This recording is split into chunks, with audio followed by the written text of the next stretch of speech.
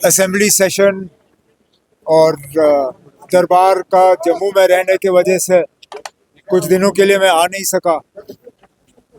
कई अहम प्रोजेक्ट्स गांदरबल के लिए या तो इनॉग्रेशन के लिए तैयार थे या उनका फाउंडेशन स्टोन लगना था।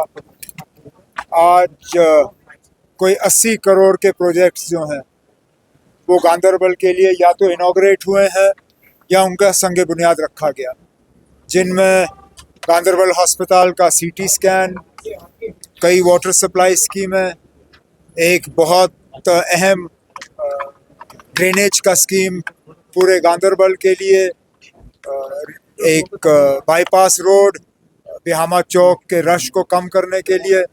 तो कई अहम प्रोजेक्ट्स जिनकी ज़रूरत गांदरबल को थी उनको मंजूरी दी गई है और जल्दी उन पे काम शुरू होगा। उसके साथ साथ यहाँ आके कुछ मिशन युवा के हवाले से कुछ सैंक्शन लेटर जो हैं वो बांटे गए ताकि कुछ लोग जो हैं अपना कारोबार शुरू कर सकें, और कुछ डेलीगेशंस आए तो डेलीगेशनों से मुलाकात भी हुई। ये सिलसिला चलता रहता है।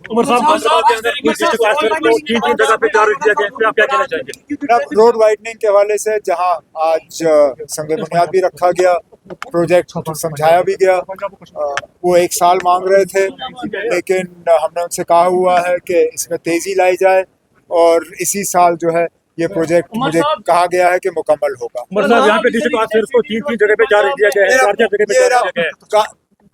ये सिर्फ गांदरबल का मसला नहीं है, कुछ जगहों में वैकेंसियां हैं, रेवेन्यू स्टाफ में वैकेंसियां हैं, हेल्थ में है, एजुकेशन में है।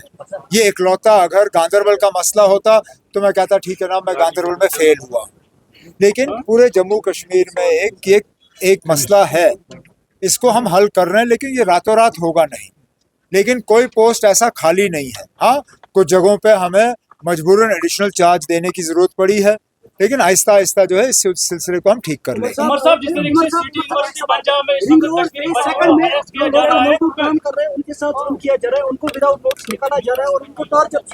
ना किसी को आज तो कोई टॉर्चर की बात आई नहीं है, लेकिन चलिए अगर आप कहते हो कि वहाँ कुछ नाइंसाफी हो रही है उसमें मैं तहकीकात करवा लूंगा। क्या एक सेकंड, अब आप कितने सवाल पूछोगे, हो गया आपका। जिस तरीके से सिटी यूनिवर्सिटी पंजाब में इस वक्त कश्मीरी बच्चों को हैरेस किया जा रहा है, न तैयारी करने देते हैं न शहरी, आप उस पर क्या इक़दाम देते हैं? मैं पंजाब की चीफ मिनिस्टर से इसके बारे में बात कर लूँगा। ये यूनिवर्सिटी का खुद का काम होगा, क्योंकि पंजाब की हुकूमत ने हमेशा जम्मू कश्मीर का साथ दिया हुआ है, और मैं दावे से कह सकता हूँ कि पंजाब हुकूमत जो है इस चीज़ की इजाज़त नहीं देगी, और यूनिवर्सिटी को जो है इसके बारे में कहा जाएगा, और कहीं पे भी अगर कश्मीरी स्टूडेंट्स को इस तरह का मुश्किल का सामना करना पड़ रहा है वो ठीक हो जाएगा।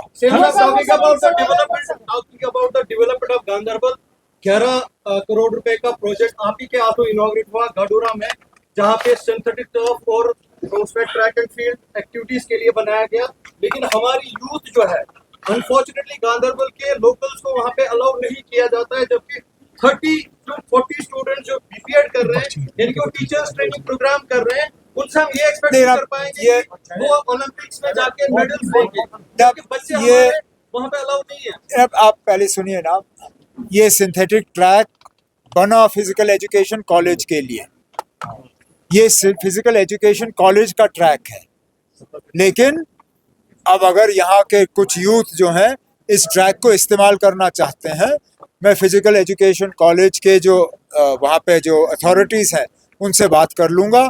ये लोग जो है, ये नौजवान अपने आप को आइडेंटिफाई करें, वहाँ फिजिकल एजुकेशन कॉलेज में अपने आप को रजिस्टर करें, मैं इनको इजाज़त दिलवा दूंगा इस ट्रैक को इस्तेमाल करने के लिए।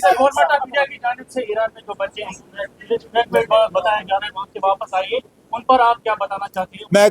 मैं तो सीधा उनसे यही कहूँगा कि मेहरबानी करके गवर्नमेंट ऑफ इंडिया की इस बात को नज़रअंदाज ना करें, क्योंकि कल को फिर हमारे लिए मसला बन जाता है। आज हालात ईरान में ठीक हैं, एयरपोर्ट खुले हैं, कमर्शियल जहाज़ चल रहे हैं। मेरी मोतबाना गुजारिश उन तमाम बच्चों से और उन तमाम लोगों से जो वहाँ पे काम कर रहे हैं यही होगा कि गवर्नमेंट ऑफ इंडिया के इस एडवाइजरी को आप नज़रअंदाज मत करिए, अपनी टिकटें कटवाइए और ईरान से बाहर आइए, अगर अल्लाह का करना ठीक रहा और हालात ठीक रहे आप वापस जाइए। लेकिन मिनिस्ट्री ऑफ एक्सटर्नल अफेयर्स ने ये एडवाइजरी खामखा नहीं दिया है। कल को अगर खुदा ना खास्ता वहाँ हालात ख़राब हो गए फिर हमारे लिए मसला बनेगा कि हम उनको निकालें कैसे। इसलिए मेरी उनसे मोतबाना गुजारिश होगी कि इस एडवाइजरी को वो सीरियसली लें और वहाँ से निकलने का काम करें।